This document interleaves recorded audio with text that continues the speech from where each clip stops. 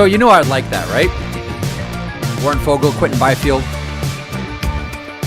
and how they made their arrival yesterday in advance of beating the Toronto Maple Leafs in overtime. Story, my producer Zach Phillips is a Maple Leafs fan, host of Leafs After Dark, so I'll whisper that.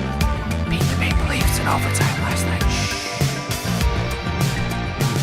Shh. Zach, do we have that? I want to kick off the show feeling good. Look at that.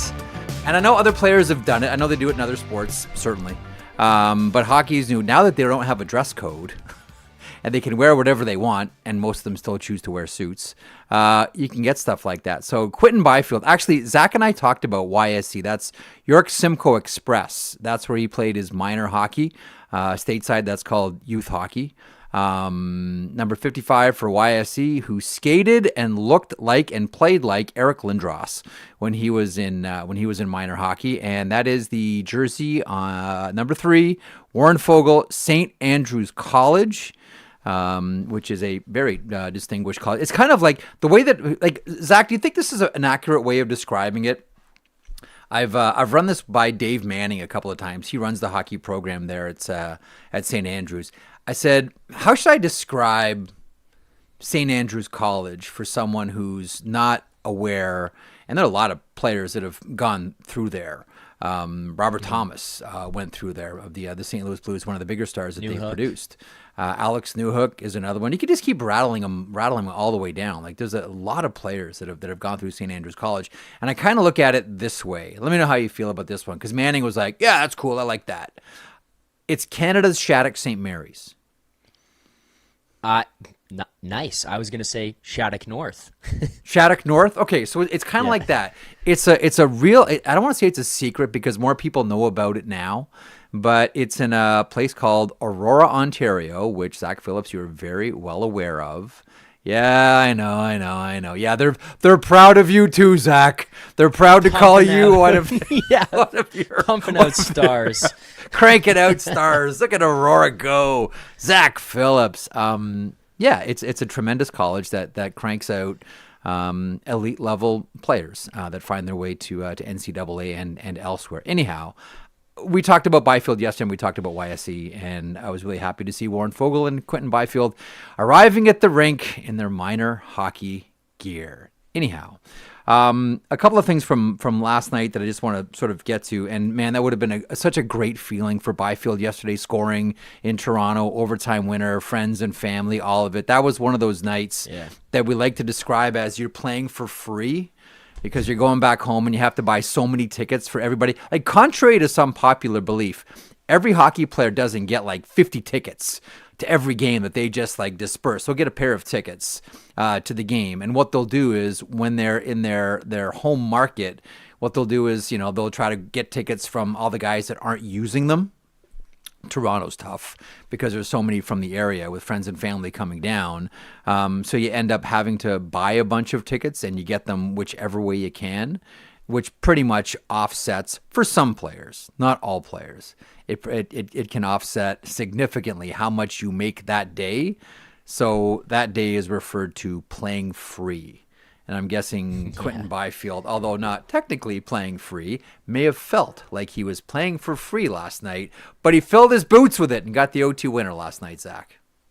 Yeah, I think it was on the post-game show. Sean McKenzie, Bob McKenzie's son, for those in the States maybe not familiar, he said to Dougie, what was it like? He's like, well, all the Ontario boys played well tonight. You've got all friends and family in town. And Chris Cuthbert on the broadcast after he scored, if people noticed, it was kind of subtle, but if you knew what to look for, you knew what to look for in that one. Yeah. Skates over to the glass and is looking up into the crowd. Normally guys are looking at the fans in front of them. He was looking up and hits the glass up high, and you kind of just knew that was a moment where it was like, I've got about 78 people up there right now. Yeah, get your money's worth. Debt from this game. Yeah. Get your money's worth. That one? Yeah, I got my pockets are elephant ears here. I got nothing in them. Yeah, thanks everybody. Thanks for that one. But anyway, Byfield must have felt fantastic last night. And Gabriel Landeskog. All right, we're going to talk to Andi Petrillo here coming up in a couple of seconds. We're going to talk about her new book, and we're going to talk more about hockey with Andi. But Gabriel Landeskog, and I know Edmonton Oilers fans are going to say, Zach Hyman had more. But Landeskog, and I'm glad he got the empty netter, Landeskog had another one called back yesterday. But it wasn't for offside this time. It was for goaltender interference. Jack Drury. It technically was the right call. But if you're Gabriel Landeskog, you're like, I've had 3 goals called back this year. Come on, man. Let's get going.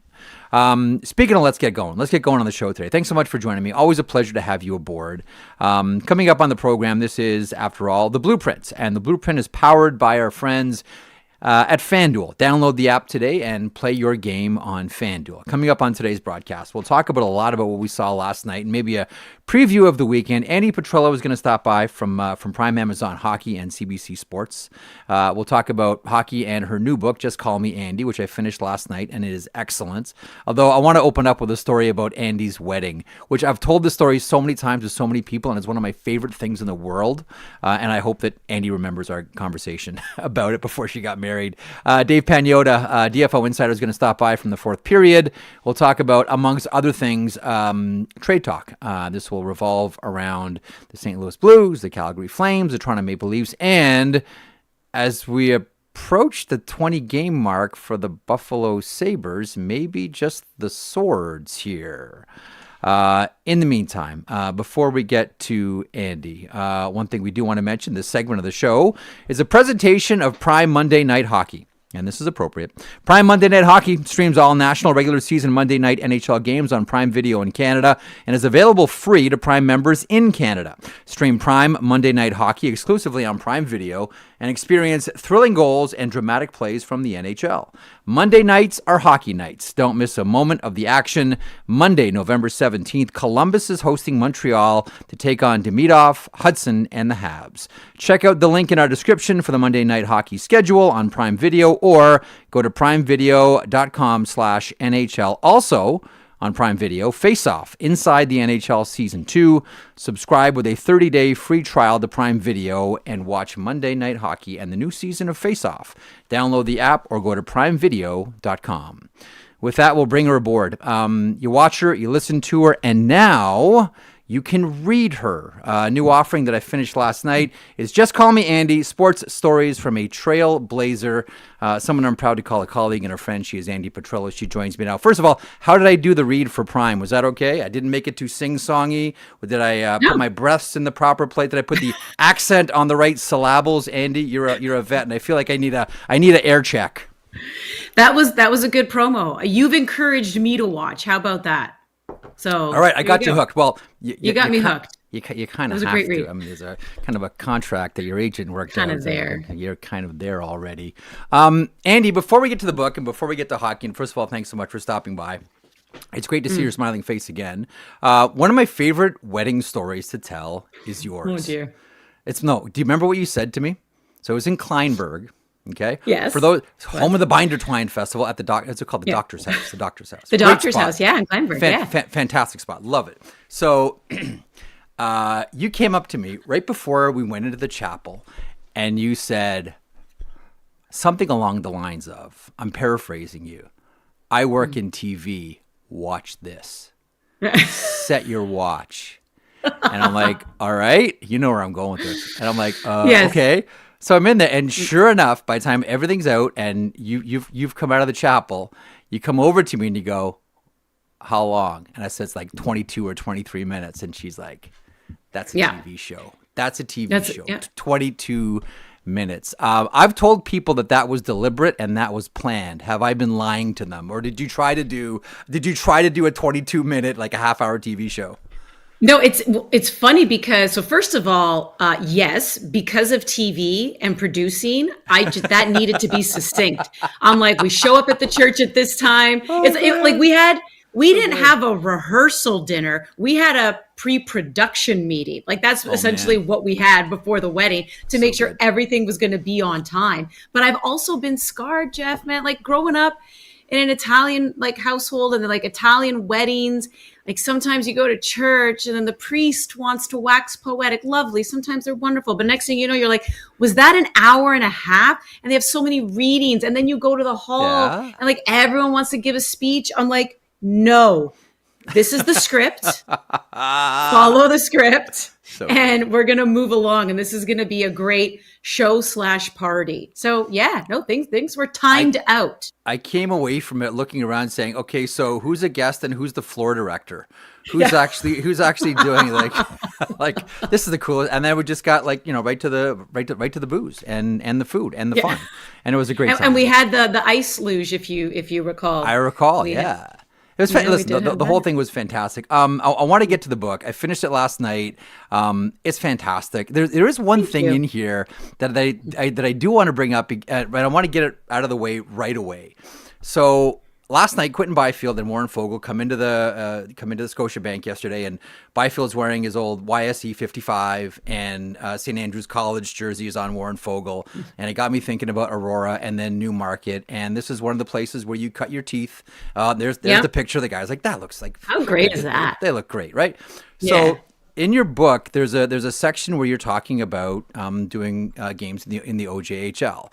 And it's Aurora and it's Newmarket, and which was the other one? There was we had the Thornhill Thunderbirds for a little bit. That was it, Thunderbirds. Yeah, and you were talking a lot about Newmarket and the Ray 20 Arena. Now, I used to go there all the time to watch someone who looked like, honestly, I know I'm dating myself here.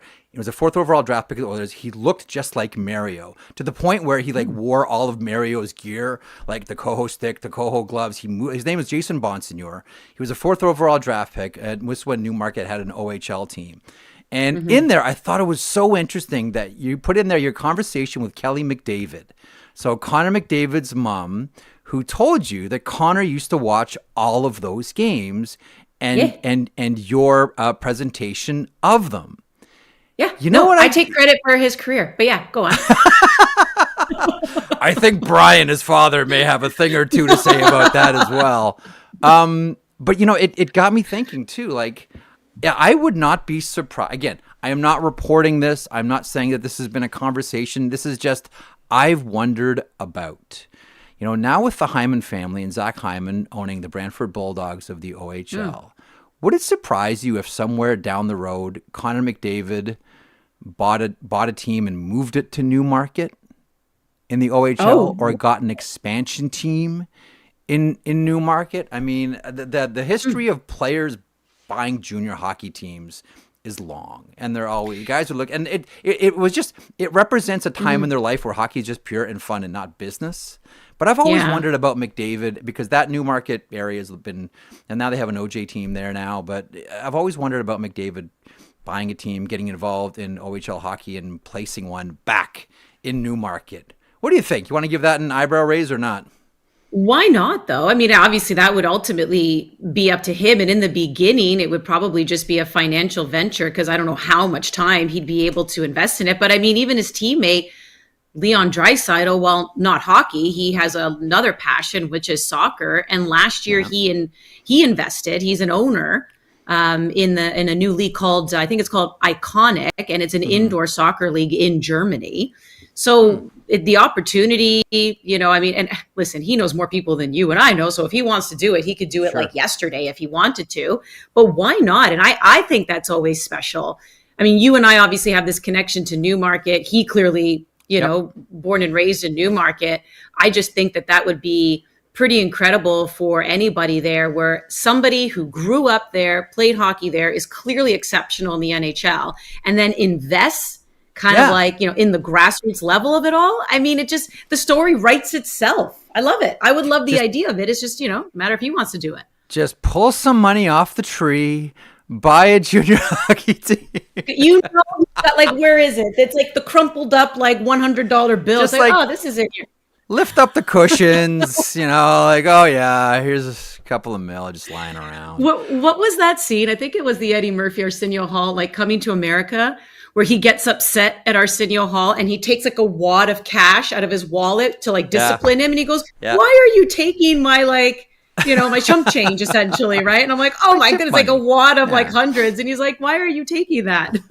That's my tipping that's money. Connor. It's I know. It's easy. Yeah. Here you go. OHL team. I'll be back at training camp. The book, there's some really, I'm gonna try to frame this in maybe kind of a crass way, but here we go.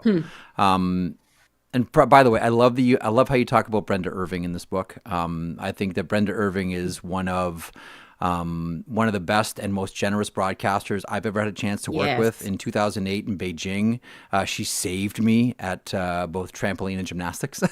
Completely saved Why me. were you doing that?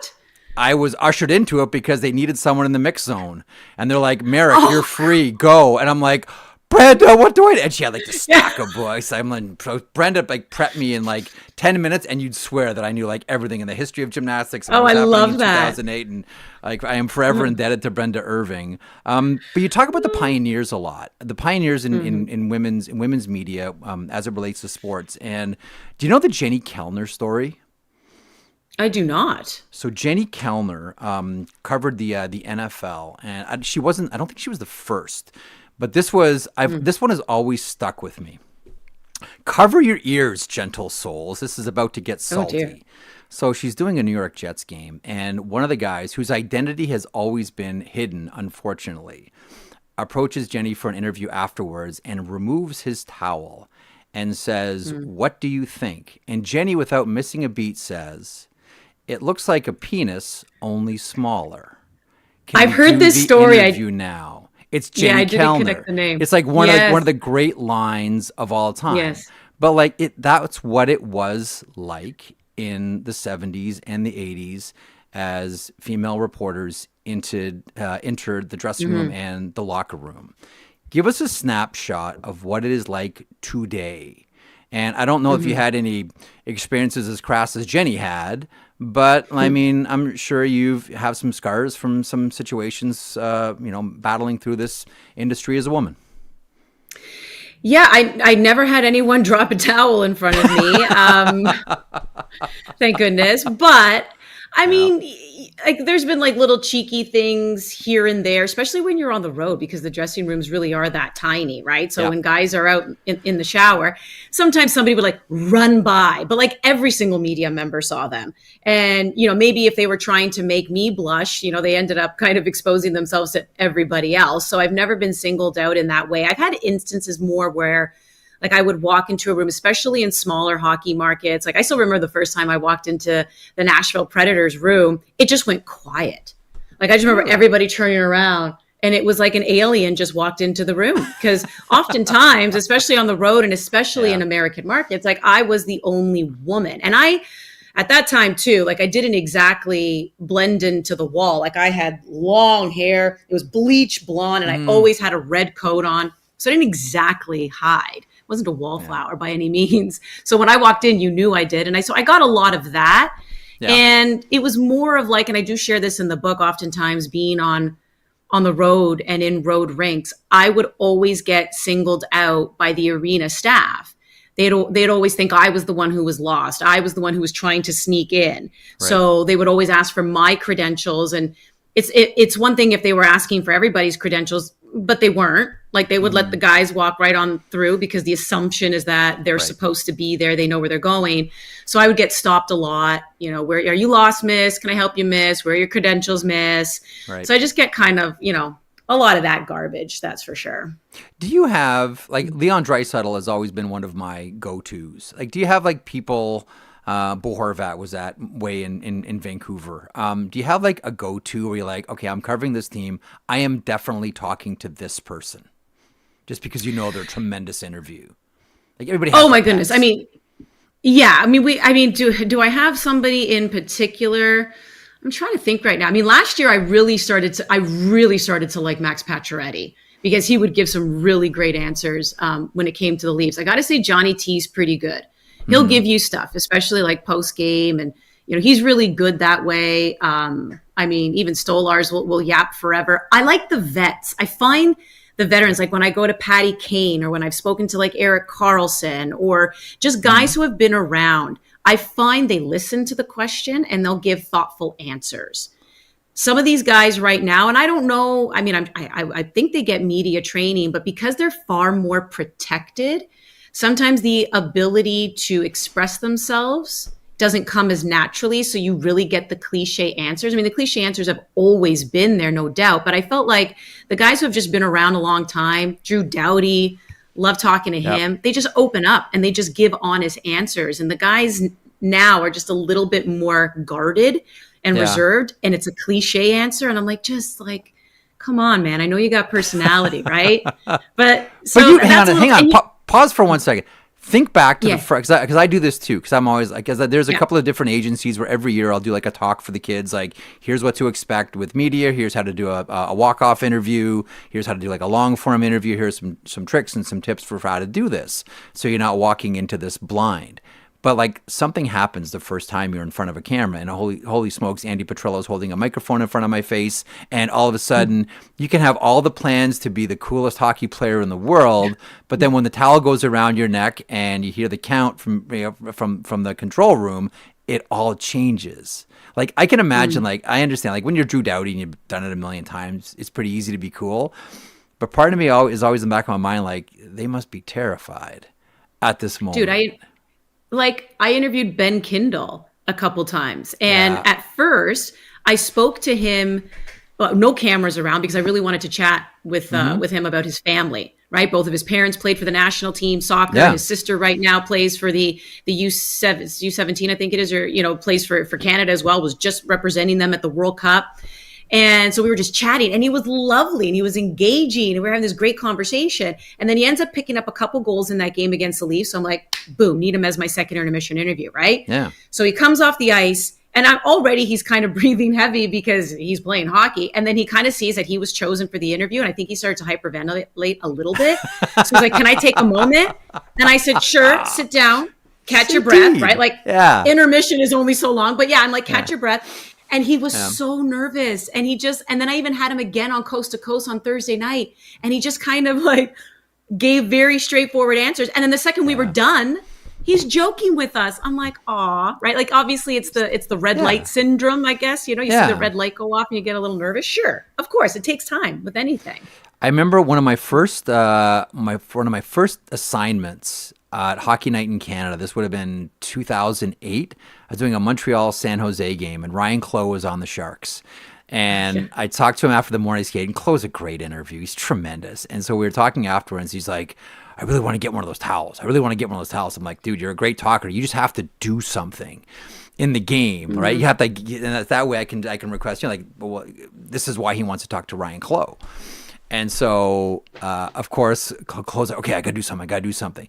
I think he had like a fight, a goal, maybe 2 goals or something like that. And so you get to the position at the Bell Center. He's already waiting there. He just knows, like, doesn't even have to be asked. He's like, I got this. It's just like, I'm like, dude, you've just become one of my favorites. I love that. He wants that towel so bad. Well, quickly on that note, now this is a little different. Nazem Kadri in his rookie year, I've shared this story before, in his rookie year, I mean, he made himself available for everything. He was actually really lovely. He's still very giving of his time.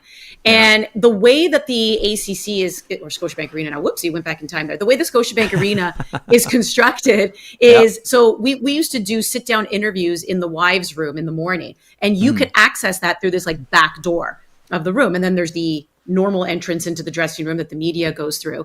And I'm waiting for Kadri. He's not there. So I decide to go in the dressing room. I leave the wives lounge, and I'm standing there, and all of a sudden PR, like Steve Keogh, looks at me and he's like, what are you doing here?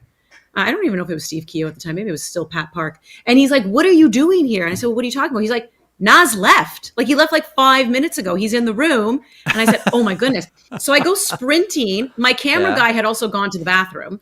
So the lights are all off, and I can see this silhouette of Kadri sitting on the stool, and he had grabbed the microphone and clipped it to himself. So this wire is hanging from the camera to his chest, and he's just sitting there waiting in the dark. And I'm like, Naz? He's like, yeah. I said, what are you doing? You didn't have to stay here. You could have come and got me. He's like, I knew you'd show up eventually, but like the way he clipped on his mic and everything, he was ready to go, baby. He was ready to give the sit-down interview. So I've loved him ever since. Let me ask you about mentorship. And you do talk about this in Just Call Me Andi, Sports Stories from a Trailblazer. Larry Brooks just passed away. And I thought one of the most beautiful things that we've seen in the last couple of years is the relationship that we saw built very publicly, a mentor-mentee friendship, colleague relationship between Larry Brooks and Molly Walker. It was a beautiful thing, and you could just tell how Molly was crushed when Larry passed away yesterday. We don't get, and I mean, I certainly didn't have many. I had a couple, but as this industry gets smaller and smaller, certainly the broadcast side of things, the idea of mentorship has gone out the window. Like there was always like, you were training someone else or helping someone along with their career. You've always gone out of your way to help people. You're not one of those get to the roof and kick the ladder down kind of people, Andy. But who are those people for you? Like who are the people that like helped you up every rung? Yeah, and I mean, I'm similar to you in that sense where I try to think a little bit, and it's something again that I touch on in the book because I think for women this is a very difficult question. It seems simple, like who mentored you, but in the sports world where you're still told that there's only so many spots for you, and in fact, oftentimes just one, it unfortunately can pit a lot of women against each other. Because you covet that position because in some ways you're also told to be grateful, even though you've earned it. And even though you're probably the best person for that job, you've also been told that, you should be grateful for having that. And, you're kind of satisfied with the crumbs at that point. And then you become very protective of that one single chair you're told you're allowed to sit in at the table. And as you get older and a younger woman comes along, you don't want to help her because that's essentially your replacement. And the younger woman, unfortunately, doesn't feel welcome, doesn't feel protected, but then at the same time also sees the older woman as someone who doesn't have all these pearls of wisdom to share about an industry that she definitely needs help navigating. She sees that older woman as somebody that she needs to get out of the way. That's an obstruction and she needs to move. So you have, unfortunately, a butting of the heads as opposed to beautiful mentoring relationships. I do believe that's changing because I felt that when I first came in, I did not have women really take me under their wing. I did not. As I started to progress in the industry, most of my, coworkers and my exposure were men, and they would start to take me under their wing and give me advice. And till this day, James Duthie is one of them. Yeah. He wrote the foreword in my book, but he was always somebody I turned to for advice. And, till this day, Oh, hang on. We got to get Andy back. She just froze. We'll get Andy back to finish that story. It is interesting the way that in this industry, we're getting all inside baseball here with Andy. Where once upon a time, like when you started, and I started in 1994. There are a lot of people around that would help you along the way, like veteran people. Like for me, it was, starting at the Fan in Toronto, it was Spider Jones. It was, Norm Rumack, like a lot of guys that were significant players on the air, that would help you and put you in positions that maybe you weren't ready for by any stretch of the imagination, but because they knew that you needed a shot in the arm or you needed something, you needed some help in the industry, they were the ones that shepherded you along, as opposed to just, well, you're on your own, you're on your life raft, and you're going to sink or swim, no one's coming for you, don't bother sending a flare, no one's going to come look for you. That's kind of the way that it is today. And I think a lot of that is now because the way that the industry has gone, the way to quote unquote get in, you can't really go anywhere. You can't go to smaller markets to develop yourself. It's either and that's why my advice to everyone is always start a podcast, do your own thing, and let them discover you. Sorry, we froze on you there for a couple of seconds, Andy. You if you want to finish your story about mentorship and how there were a couple of men that helped you along the way, and you mentioned James. Yeah, and so definitely I had more men actually be my mentors, and things are changing, a wee bit in the industry, as I was talking about, which unfortunately how women have been pitted against each other. Yep. And Christine Simpson is a great example of, this has been, it's been a few years now, maybe even longer.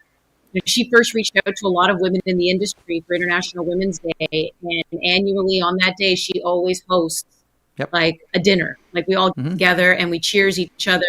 And that was, Christine Simpson who started that. And I just never wanted, and I felt for a lot of women I don't hold any resentment because I can't imagine, constantly being told not enough room for many of you, more than one of you.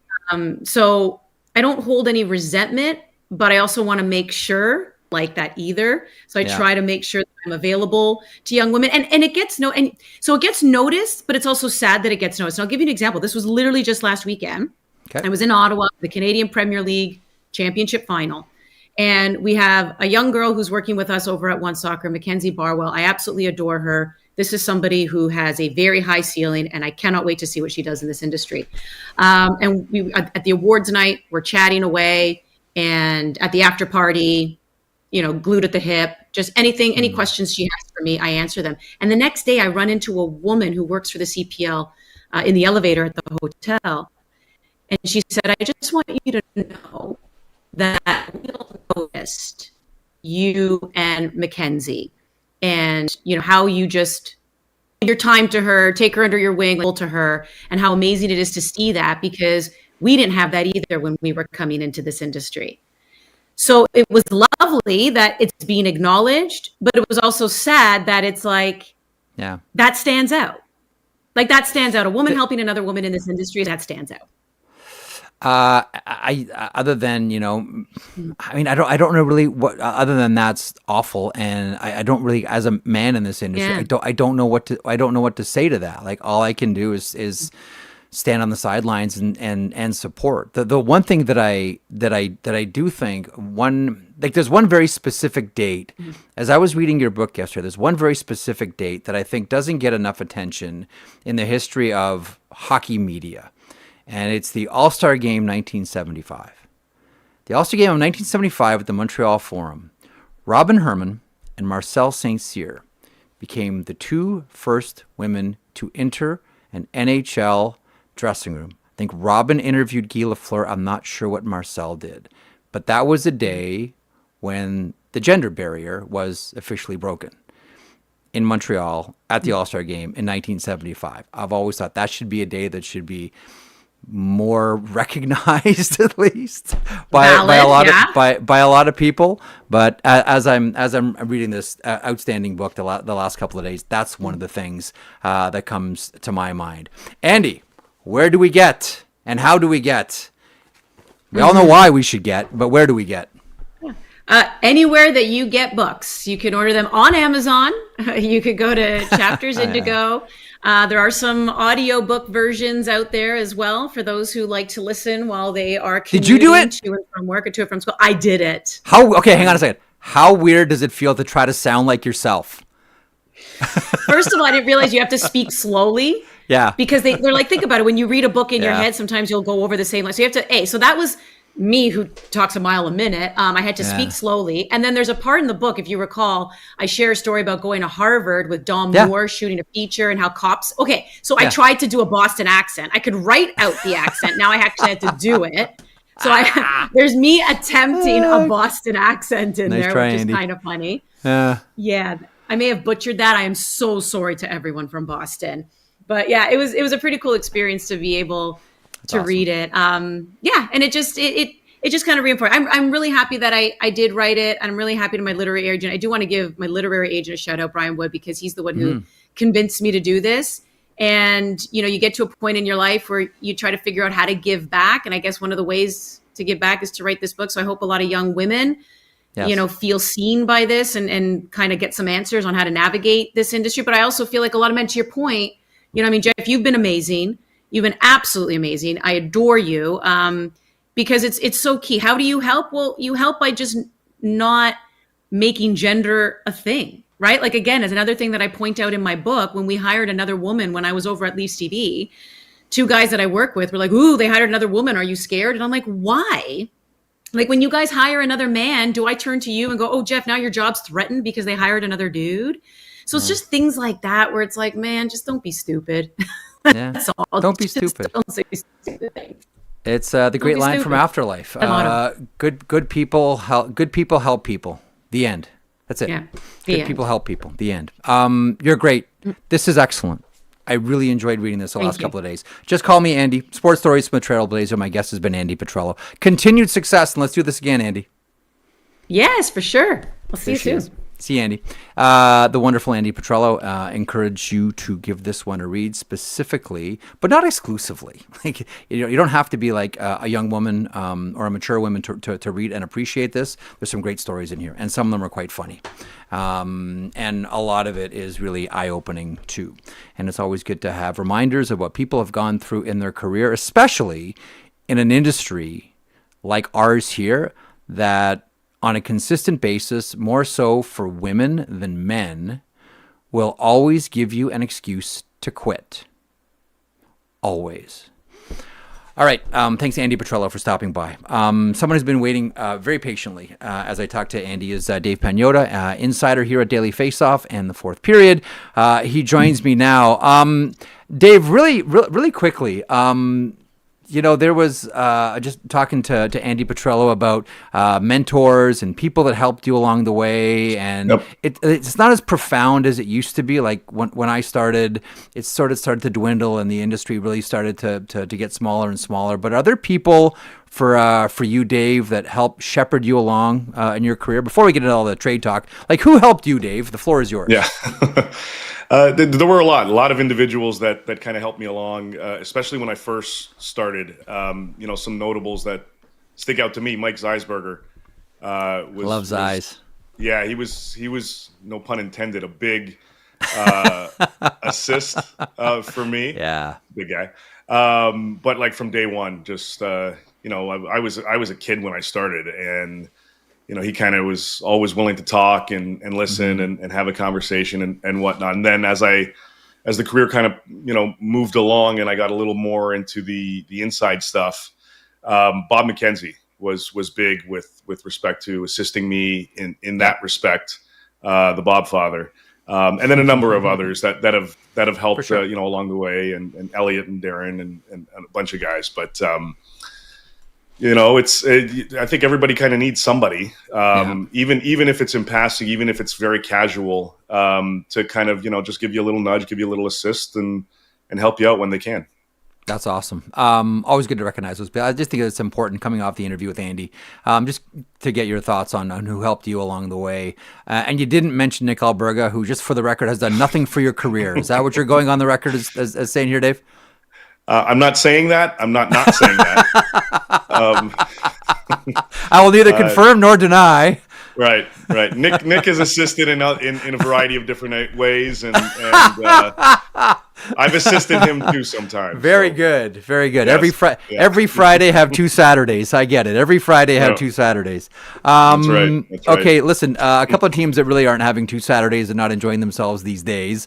The Calgary Flames, the Toronto Maple Leafs, and we should probably throw in the St. Louis Blues. Where do you want to begin? Like, where do you think the temperature is the hottest? Well, I think Calgary and St. Louis are at the top. Nashville, even to a certain extent, yeah. But they're the ones that are near the bottom, and teams will consistently, and I've said this week after week, they vulture in. That's the term I love to use, to try to see if they can kind of pluck pieces away from some of these teams, just to see how desperate some of them may be. Talking to people in Calgary and around the Flames and around the league, yes, there's a lot of interest. We've talked about Kadri, we've talked about Andersson, we've talked about Coleman the last few weeks. I still get the sense that they're still trying to figure out what they want to do. And I think there needs to be a clear-cut path between management and ownership, just to determine exactly what the right path is.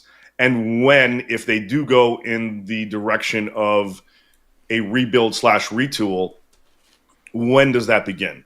And I think if they do go in that direction, we're probably a couple weeks away, 2-3 weeks away from things really starting to heat up in that regard.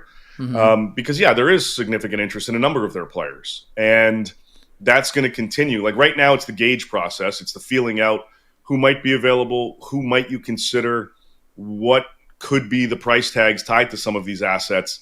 Right. And then let's see if you can, get on a heater or vice versa before we really start to ignite some of these conversations. Nice win for Calgary yesterday. Yep. Can they build off that? So I suspect we're going to continue to hear some names. Now, the interesting thing that I've heard over the last 24 hours with respect to Calgary prior to their win against San Jose yesterday was if one domino falls, how many more will follow because of how tight that group is in Calgary? It's a pretty tight group in that room. And if one guy goes and another says, yeah, you know what, I might be willing to explore that as well, because there are some guys with no trade protection, how's that going to affect some of the other guys on that team? And how many guys, if they are going through a rebuild retool that have 2, 3, 4, 5 years left on their contract, how many years of those do they want to go through that rebuild process? So this may have an interesting trickle effect. If they blow it up, but I don't know if I don't think they're there yet. St. Louis is apparently willing to listen across the board. Yeah. Can we pause on Calgary just for one? I just want to throw one sort of, not a wild card, but I mean a reality into this mix as well. One of the cautionary tales out there, and again, you can't plan for it. Like the games just take you where they go. But I can't help but thinking that Detroit is a cautionary tale here with the rink. You know, there's nothing worse than having, and well, there are a lot of things worse, but one of the worst things you can have is a brand new rink, and you don't get to show it off in the playoffs. And for the Detroit Red Wings, it's been a while. Considering Calgary has a new building coming in a couple of years, how important is it in ownership's mind, let alone management, that by the time they open this new rink, the season better not be ending in mid-April? Is that a mitigating factor? Like, are they trying to sort of time this so the team is good again when the new building doors open? Yes. Short answer is yes, and I'm glad you differentiated between management and ownership, because it's definitely more of consideration from Murray Edwards and the group there, where you want to have some type of competitive team on the ice to open up the new barn. Right. But given how this team is performing, and they may not need to go on a full-on rebuild, this may be opportunistic for them right now because of the upcoming draft in the summer, how much talent is tied to it. Even if you don't win first overall, you know, those first 4 or 5 picks are projected to be pretty significant assets. Yep. So do you take your chance now to kind of blow this up a little bit for this season and then get your retool starting in the offseason? There are a lot of pieces that they have here that are going to be interesting. Like, for example, and this is just an example from my end, Mackenzie Weegar.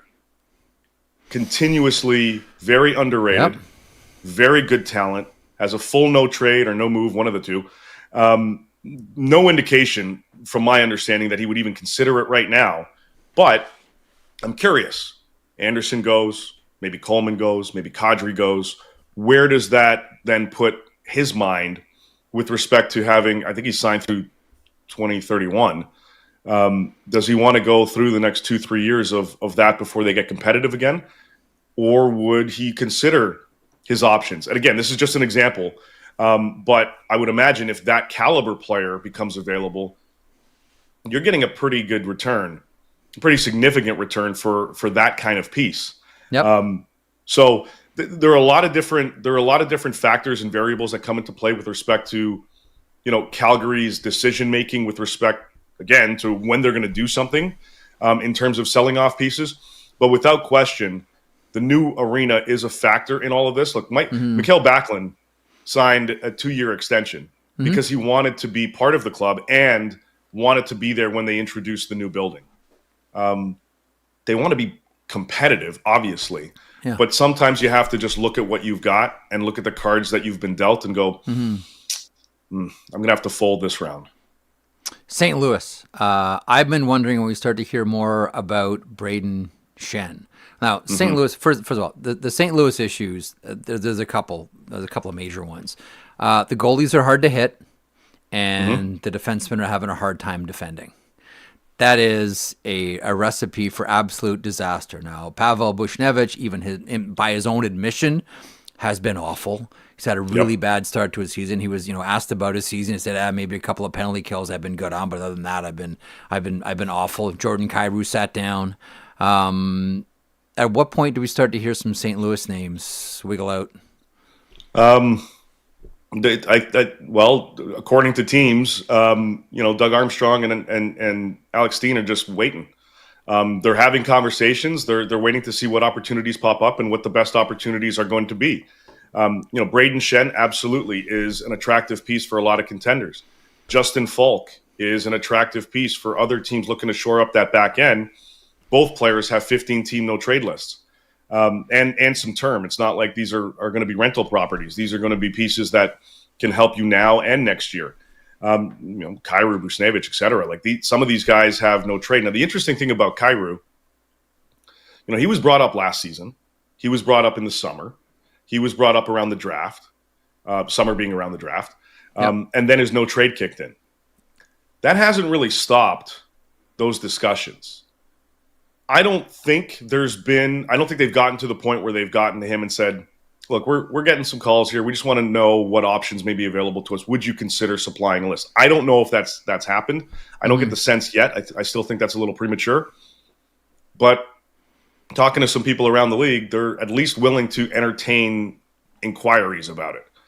I think they're open to a variety of different possibilities.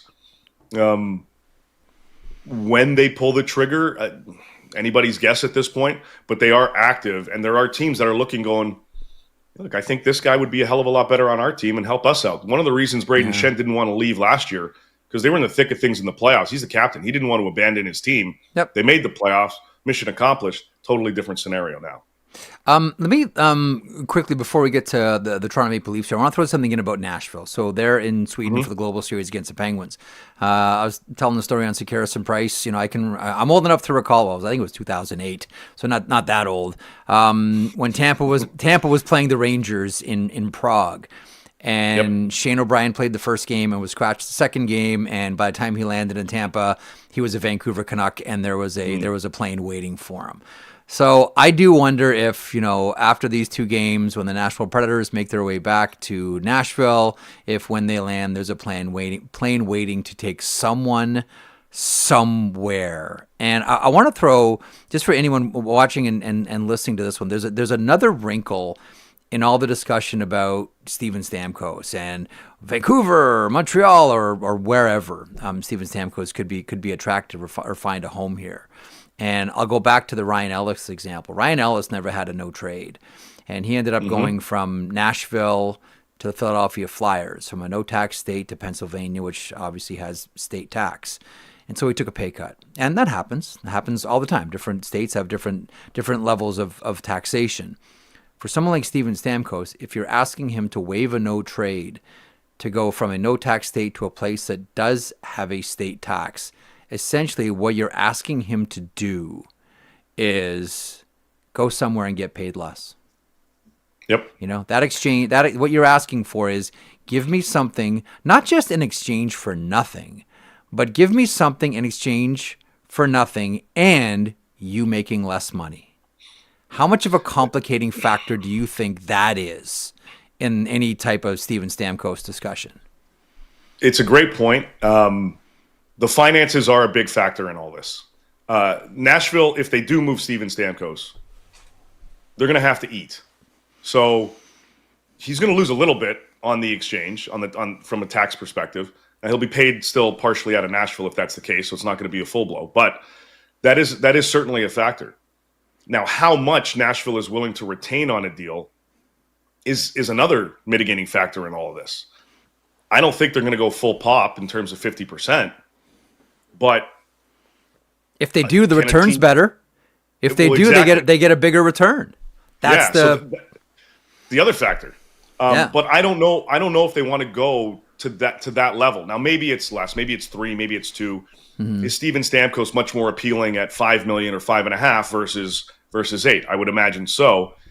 A lot of teams also view him as a winger as opposed to a center now. Oh, I think that's safe to say, yeah, for sure. So that's going to be the other factor in all of this. Right. I do think both Stamkos and Marchessault will be willing to move to a top tier contender. I don't think it's now, because I don't think that anything is happening now other than just, again, due diligence process. But I do think that is something in their minds, even though they love it there, families love it there. I still think, from everything that I've gathered so far, that there would be and that there is a willingness if it's a legit top tier contender, and not just this season, duration of their contract. Stammer's got 2 more years, Marshy has 3. So we'll see kind of where that factors in. But absolutely, the dollars come into play. Ryan O'Reilly does not have a no-trade clause. Yep. But they're going to do him a solid in terms of, hey, look, here are the teams that are going to be interested or are interested. You cool with all these? Like, they're not going to send him to, respectfully, Buffalo or Calgary because they're near the bottom in their divisions. But he's going to go to a contender. I do believe, and he's got one more year. I do believe he's a prime candidate to move this season. I'm anticipating it. The curious one for me is Stamkos / Marchessault. But a lot of it has to do with the finances. How much is Nashville willing to retain? Yeah. What are the options available to these guys? And yes, the state tax, no state tax, lowest state tax is all going to factor in, I would imagine. I remember talking to Bobby Holik once, told the story the other day, and I said, what was the difference between you in New Jersey and you in New York? It was so great in New Jersey, and it didn't work out at all in New York. And he said, Jeff, it's like this.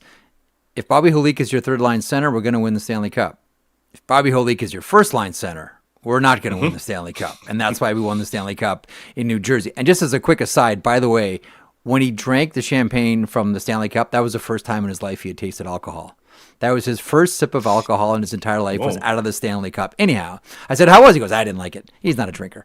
So, but I phrase it that way, Dave, because there's one team that to me is intriguing in the idea of, if Holik is your third-line center, we're going to win the Cup. If he's your first-line center, we're not going to win the Cup.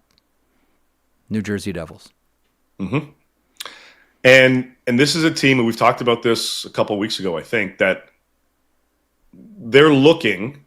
They are, I think, more engaged from a complementary standpoint. But if an opportunity arises to go fishing for a bigger fish, yeah, I don't see a scenario where Tom Fitzgerald does not at least have a conversation.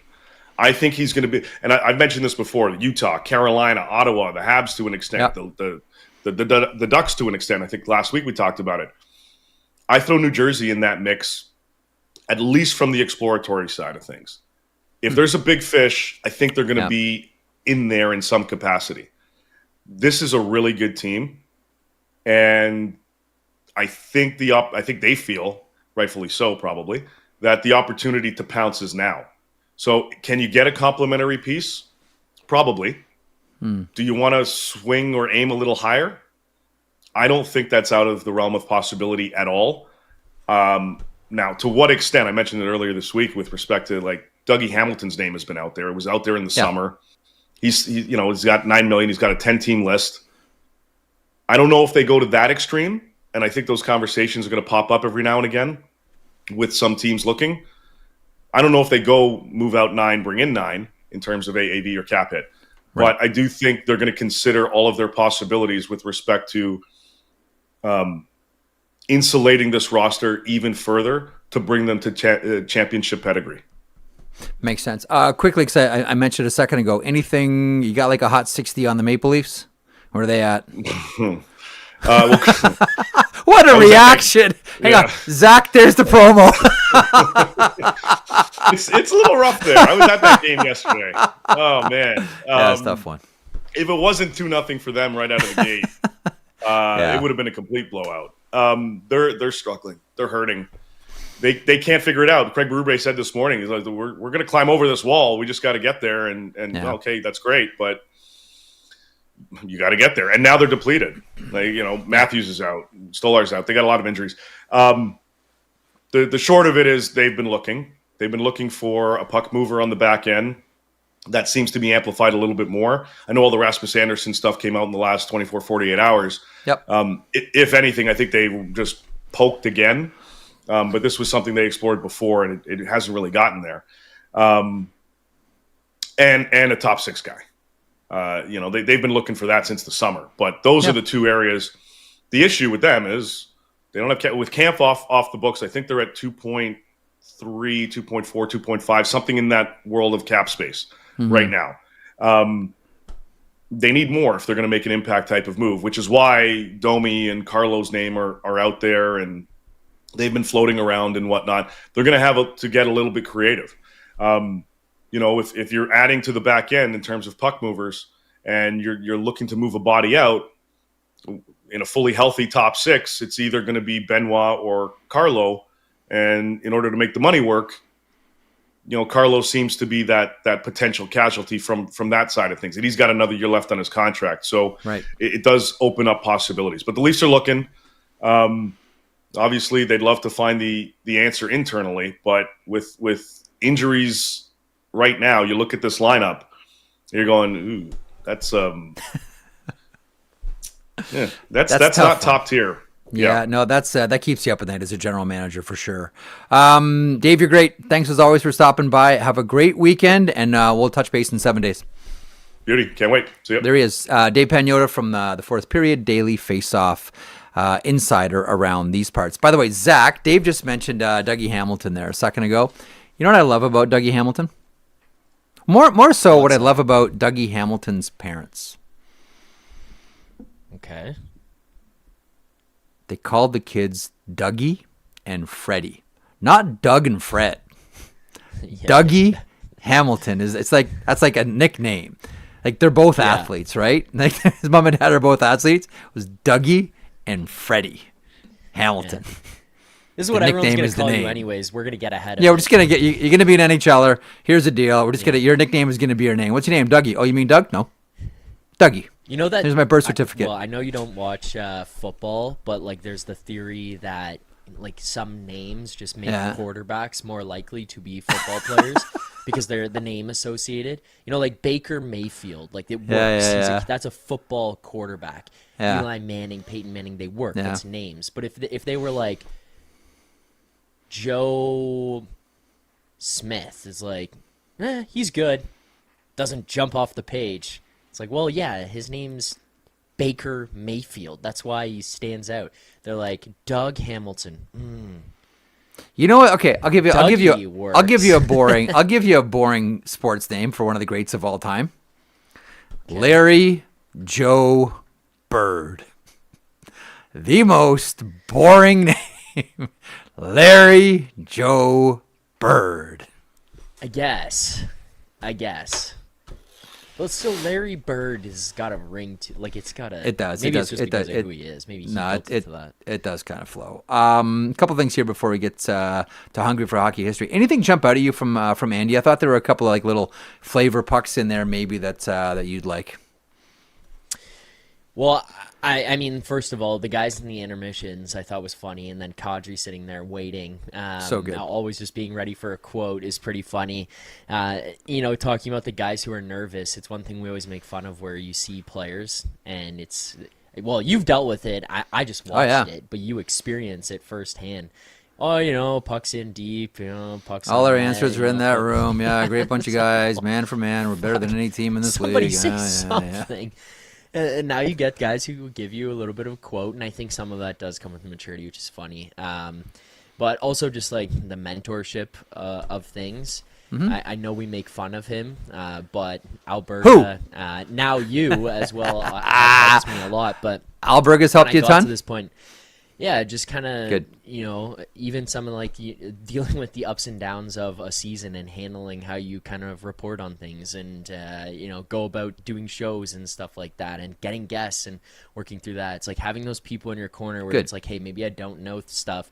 Rather than being left out, being like, here, kids, sink or swim, there's somebody there who's maybe at least throwing a little guiding light, being like, go that way, like, do this. It's nice, and it's interesting to kind of see those people, like, step up and help, and has helped me a lot as well. Brian Burke, the first big deal that he made when he was GM of the Hartford Whalers, he told me, he's like, I was in my office trading Bobby Holik to the Hartford Whalers. We're getting Sean Burke and Eric Weinrich. And he goes, so I picked up the phone. It's going to call Lou in New Jersey. And I started dialing. I put the phone down. I stood up, walked around the office a little bit. Just like, okay. He goes, I had no one to talk to about this. It's just me and the phone. I got to call Lou to make this deal. I pick up the phone again. And I start to dial. Hang up the phone again. Go for a walk around the block. I can't. He goes, because I had no one to lean on. I had no one to call to say, like, how do I do this? How do I approach this? How do I make this deal? He goes, it was just him and his brain and the phone. That's it. Now that's all different. Now everybody has like a massive staff, and you have meetings, and everybody weigh in on this one, and blah blah blah blah blah. But back then, he said, now there's me in my office projections on your computer that tell you like a value of a player and what you Yes. should be getting back. Yes. Then it's and I mean this in the most respectful way, but it's just Berkey and just being like, I fucking believe in this guy. It's like we the need a goalie, basic Sean roots of it. Burke. Yeah, Let's go. right. We need another And he's defenseman, like- Eric Weinrich. Let's go. Now there's like an associated value to every player and pick Yes. and what they should be returning before it's just Berkey and vibes. And he's like, this is what I think we need. Can you imagine like what it would have been like for like Cliff Fletcher and Doug Risebrough to put to that monster Maple Leafs, Calgary Flames, Doug Gilmour, Gary Lehman monstrosity together? Like it's just like so many players. Like if you would have just like removed one, if you just removed like Kent Manderville, would the whole trade have just fallen apart? Like, no way, man. This whole thing is gonna hinge on who gets to keep or get Kent Manderville. We talked about it with Berkey when it was around the trade deadline last year when we saw there was a trade that came through, and both you and I were like, well, we get it why it was put in there, but what the hell was that for like 5th round pick for like in 2 years from now? Like what was that?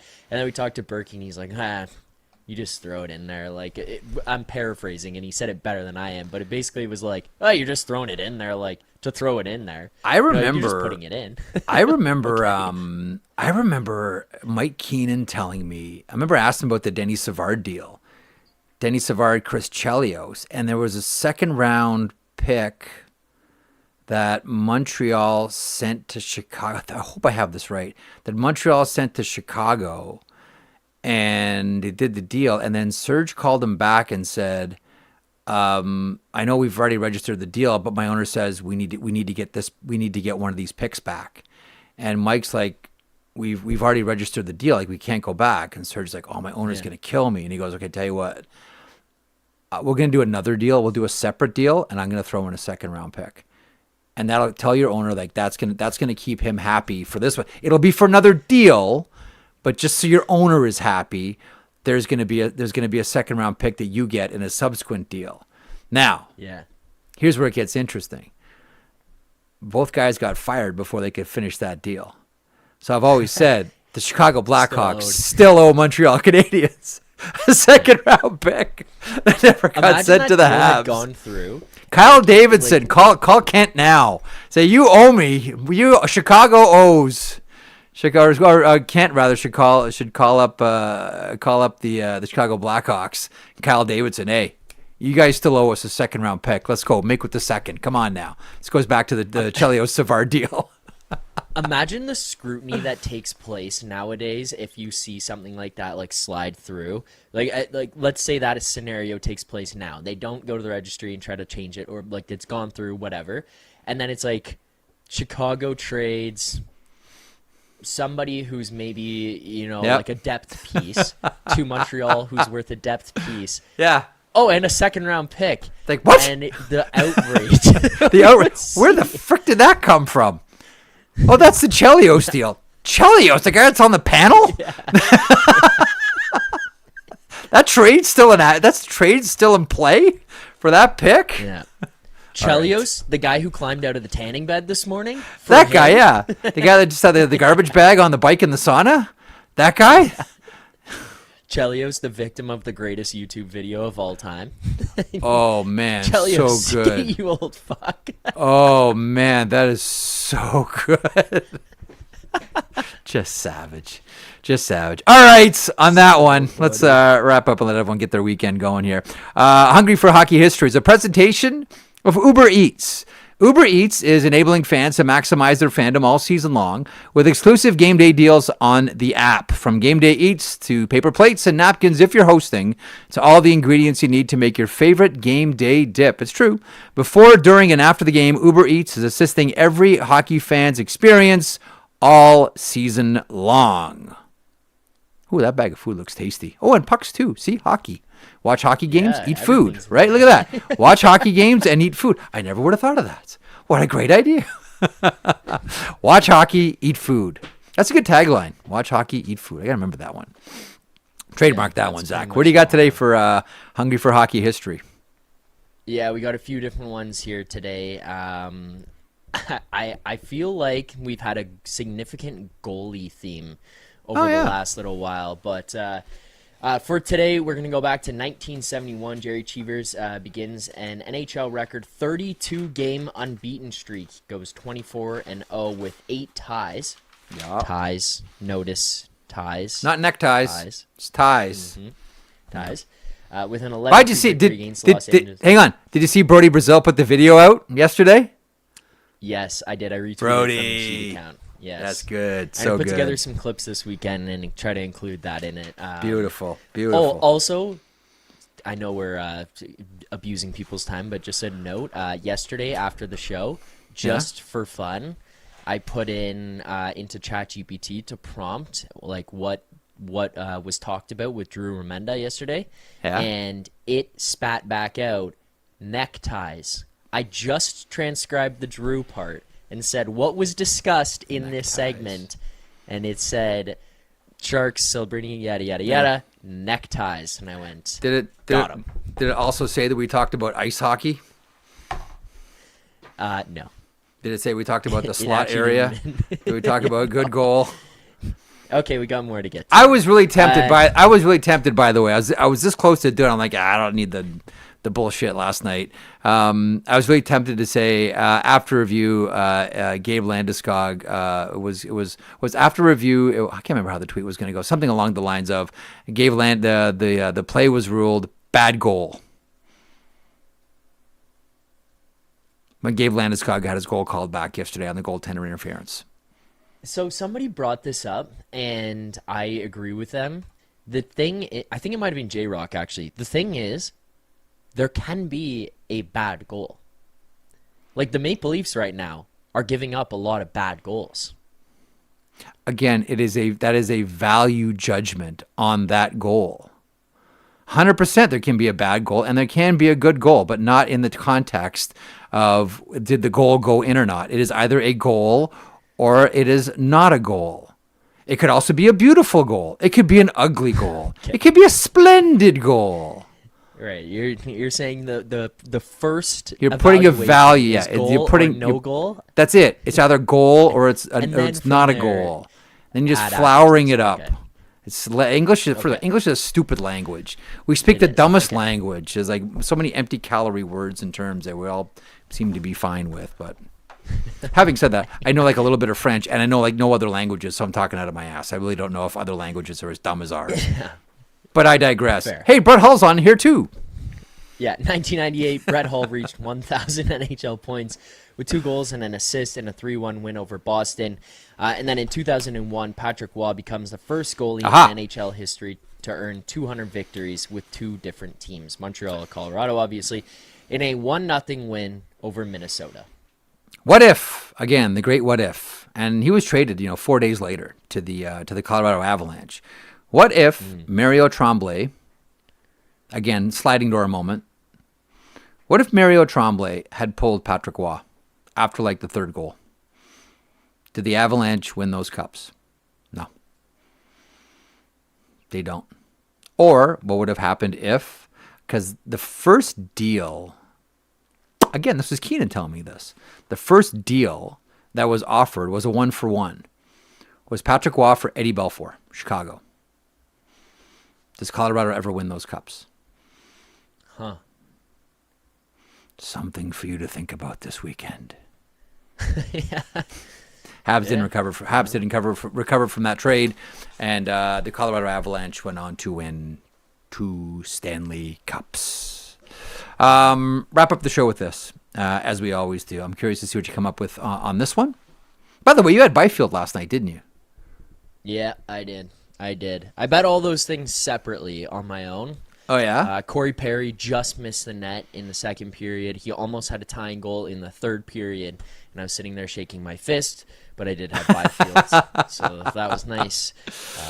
The sheet is powered by FanDuel. Play your game with FanDuel. It's the NHL season, and FanDuel is your home for all the action on the ice. From Blue Line to Bet Slip, we've got you covered all season long with unique promos, live offerings, and more features to let you play your game. Missed puck drop? No sweat. With a live same-game parlay, you can build up your bets until the final buzzer. Download FanDuel Sportsbook today and play your game. Please play responsibly, 18 plus, and physically located in Ontario. If you have questions or concerns about your gambling or the gambling of someone close to you, please contact Connects Ontario at 1-866-531-2600 to speak to an advisor free of charge. What are you serving up to take us into the weekend? Tonight I just have goal scorers that I'm looking at here. It's not necessarily a parlay. If you want to parlay them, go ahead, but just digging around in the NHL right now. 4 games tonight: Pittsburgh at Nashville, Vancouver at Carolina, Philly at St. Louis, and the Islanders at Utah here tonight. By the way, a couple of fun quotes coming out of Utah and some players who may have swapped teams over the last couple of days. Mm-hmm. Getting hot mic'd and all of it. It's been fun for them. Yep. But goal scorers that I was looking at here tonight. Pittsburgh Nashville, by the way, is Global Series. Yes, correct. Okay, you tell me. I'm just going to go one at a time. Okay. I'm not asking if these are good bets or not. I'm just going to ask you. I ask if it's good goal. Good goal or bad goal. No, good goal or bad goal. Okay, come on. Are they scoring or are they not? Okay, Jeff Marek. Okay. Starting with Kyler Yamamoto. Ooh. Kyler Yamamoto, every time I feel like I am seeing some type of highlight, there's Kyler Yamamoto involved. I'm not saying he's scoring in the highlights, okay? But I've noticed him a lot more. I'm noticing his name pop up on social media. We've got the best number across every sports book right now, plus 625, Kyler Yamamoto against the Islanders. Yes or no? He's due. I'll take Kyler Yamamoto to score. Yes, let's go. I'll take yes. I was Why thinking not? the same thing. Why not, He's man? due. Come I'm on. in that one. Come on, man. Loved Kyler Yamamoto and Jr. Come on, man. Okay. This one is where it gets a little tough. I've got 2 more for you. So this one and then one more. This one where it gets a little tough because of who they're playing. Okay. Quinn Hughes to score tonight against the Carolina Hurricanes. I just feel like we got a grumpy, disgruntled, unhappy, whatever adjective you want to use to describe the guy and what's happening. If it were anyone other than Carolina, they just play like such a boa constrictor type game, and they just squeeze you. If it were another team, I might say yes, but no, can't do it. Okay, that's fair, and that was the concern I had as well. I was like plus 575, I like it, but I know I'm gonna stick. I'm gonna stick in the same game. Okay. Okay. I'm not laughing at him. I just can't believe we've gotten to this point. Jesperi Kotkaniemi, plus 725 for him to score against the Vancouver Canucks in the same game tonight. Jesperi Kotkaniemi. What is it? What are the numbers for it? Plus 725. He's got 2 goals, 3 assists on the year. Yeah. I'm not laughing at him, I don't like how situation. I know. I don't like how Lanklin's playing, so I'll say yeah. Yeah, that was my thought. I'm like, I thought he was going to score against the Leafs on Sunday. I'm like, yeah. So my girlfriend goes, she's like, well, who do you think's going to score? I'm like, Kotkaniemi. She looks him up. She's like, well, he hasn't really scored this year. I'm like, well, that's the point. Everybody scores against the whole idea. It's law of averages. He's going to get one. It's got to go in off his hip or his butt or something like that. Something. Yeah. We shall see. We shall watch. And as I mentioned off the top there, Pittsburgh, Nashville in the Global Series. Enjoy that. Zach, enjoy your weekend. And thanks to Dave Pagnotta for stopping by each and every Friday here on the show. Thanks to the great Andi Petrillo. I will plug it again. Such a fun read. Just Call Me Andi, sports stories from a trailblazer. Thanks to Andi Petrillo for stopping by the show today. Thanks to you for watching, listening, interacting, subscribing, all those fun things that we love that you do here at Daily Faceoff. Much appreciated. Have an enjoyable weekend. Hope it's filled with hockey, either driving your kids, playing beer league, or just watching from your couch, ironing the couch with your ass, and watching hockey games. Enjoy all of it. We are back Monday for more of The Sheet. Have a great weekend. Jeff Marek along with you. Hope you enjoyed the program today. If you did, or maybe even if you didn't, they can't all be gems, folks. Please hit the subscribe button. Also a reminder, every morning, 9 a.m. Eastern, Johnny Lazarus, Colby Cohen, I call them the Impact Players. You might know them as a tandem that makes up the Morning Cup of Hockey. Also DFO Live at noon Eastern. This year, your host Tyler Yaremchuk alongside Carter Hutton. Full day's worth of programming right here on Daily Faceoff, your favorite YouTube hockey channel. And as a reminder as well, Zach Phillips, our producer here for The Sheet, said if you subscribe, he'll buy you a puppy. It's true.